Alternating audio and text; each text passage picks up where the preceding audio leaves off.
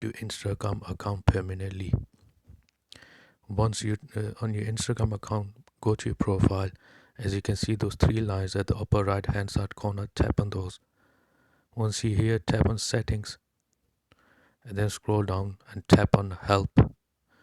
Once you're here, tap on help center. Once you're here, as you can see, it says search. Write down delete. As you can see, delete the first one that says delete your account. Tap on that one.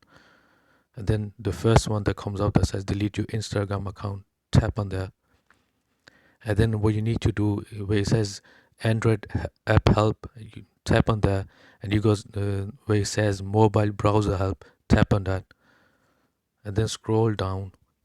As you can see, it says go to the delete your account page, where it says delete your account page in blue.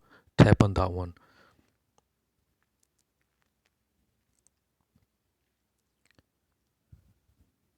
Once you're on this page, you can delete your account. Then choose the reasons why you want to delete your account. In my case, I'm just gonna choose something else, and then type your password, and then scroll down on the blue mark where it says delete Hustle Wasim. That's my username. Obviously, it's gonna be your username.